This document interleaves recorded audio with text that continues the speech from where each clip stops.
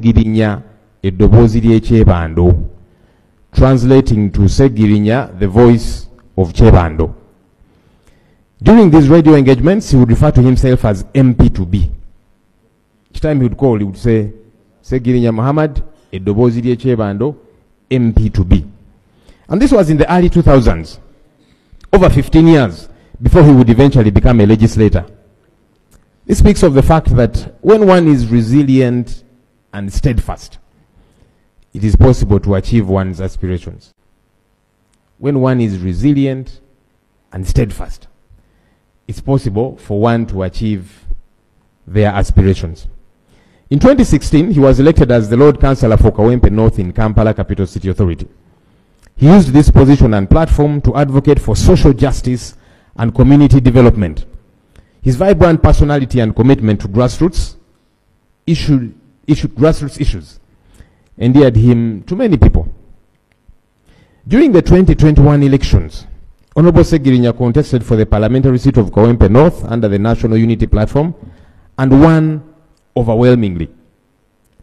He set out to serve his people in various ways, especially healthcare, filling the gaps that were created by government. Things that we do as members of parliament, which should be done by government, buying ambulances, building healthcare centers, fundraisings. Colleagues normally call us for fundraisings, both opposition and the government side. Fundraising for a government health center, fundraising for this and that. Things that should be taken care of government. But here we are. And Honorable Ssegirinya was filling those gaps as a member of parliament. Unfortunately, not long after he had joined this august house, he was arrested and jailed for a long period of time over the Bijambia Panga attacks on the population of Masaka region, which saw the killing of many Ugandans. And to date, Right Honorable Speaker, justice eludes the bereaved families because the question of who killed their loved ones has never been answered. To date. While in prison, Honorable Ssegirinya got severely sick, and his condition kept deteriorating by the day. He was constantly denied bail, as we all saw, even though his condition was worrisome. Even when government doctors recommended specialized treatment for him that warranted him to be granted bail, the judge still sent him back to prison, where he continued to worsen each passing day. His lawyers made a plea and produced before court medical records signed by government doctors saying this man should be released on bail to go and get specialized treatment. The judge said, no, go back to jail. After a while, Honorable Ssegirinya was granted bail only for him to be abducted outside Kigo prison by gun-wielding men in plain clothes, in total violation of our country's laws. This disregard for the rule of law continues unabated in our country.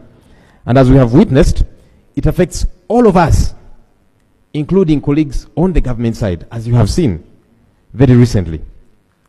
We must jointly castigate this and call for its end. Many Ugandans have been abducted in similar manner, and to date, they are still missing. All this is in a country which prides itself in following constitutionalism. We should be ashamed of these acts. Right Honorable Speaker and colleagues, the denial of bail to Honorable Muhammad Ssegirinya feeds into the recent narrative by General Yoweri Museveni lately. He has called for denial of bail and even police bond, something which is not in tandem with our constitutional order. While bail and police bond may not be mandatory, directing judicial officers and police officers not to give them to those before them is unbecoming and should be condemned by us all, because we are all potential victims. Colleagues, we are all potential victims. As we send off Honorable Ssegirinya, may we commit to respect the rule of law, because he suffered due to the disregard for the rule of law. Of late, we have seen threats by our country's Chief of Defense Forces, General Muhoozi Kainerugaba, threatening our neighboring countries, including Kenya, South Sudan, DRC, And the threats have extended to his colleagues in the military and even leaders in this country. He, for example, threatened to behead and even eliminate the Honorable Robert Kyagulanyi Ssentamu, a former member of this House and the leader of the National Unity Platform. This is abhorring and unacceptable. I hope that we can all condemn this and demand for action, because this is not acceptable.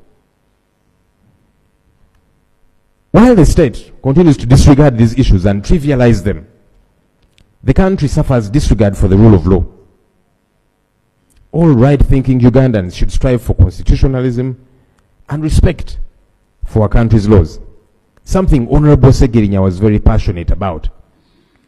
Let's fight for our laws. Let's fight for the Constitution before the Constitution is too weak to defend us, because that time of reckoning will come, regardless who you are, when you need it to fight for you. If you don't fight for it now, it will not be present to fight for you, regardless who you are, by the way. Rest in peace, Honorable Muhammad Ssegirinya, Mr. Update. Thank you. And on the behalf of the Buganda Parliamentary Caucus, Honorable Ssegirinya, up to last month, for all his difficulties, he was subscribing to the organization. Right, Honorable Speaker, a lot has been spoken about Honorable Ssegirinya that I don't need to repeat. But Honorable Ssegirinya, Right, Honorable Speaker, how did he become an MP? And why is he here? We had just started a young party, barely 5 months. And the party was faced with a difficult choice in Kawempe North.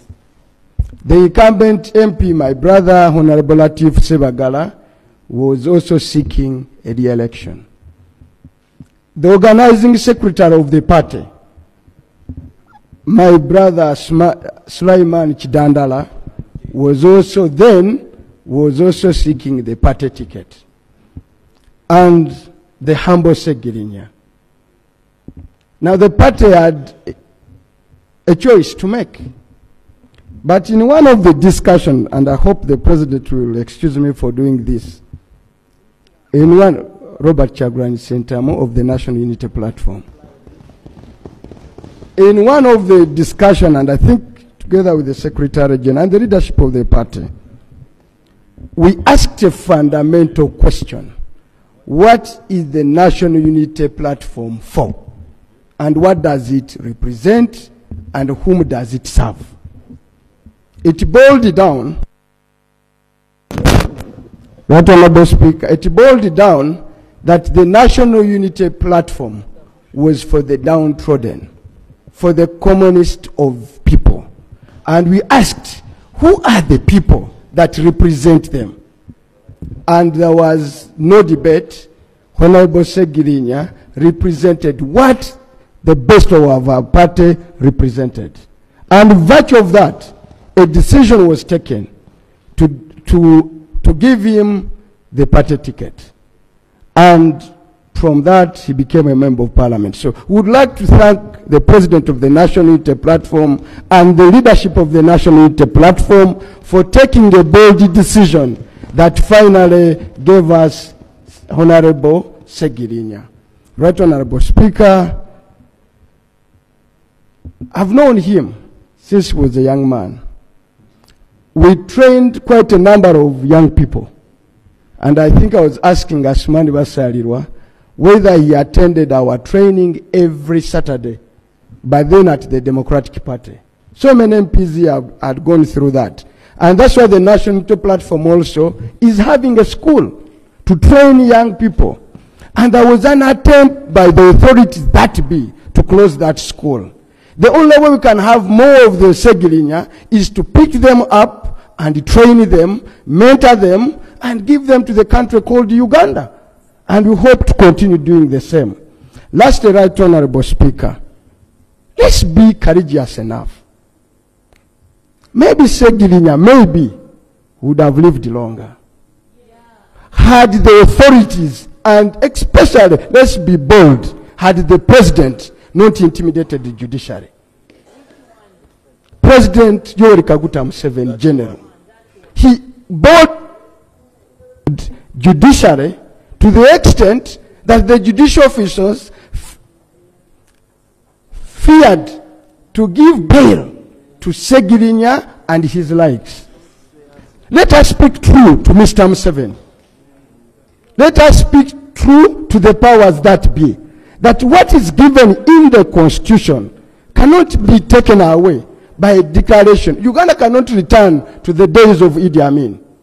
The attempts now to take away bond, bail, for whatever nature, courtesy of the pronouncements of the President, Yoweri Kaguta Museveni, and we must say enough is enough.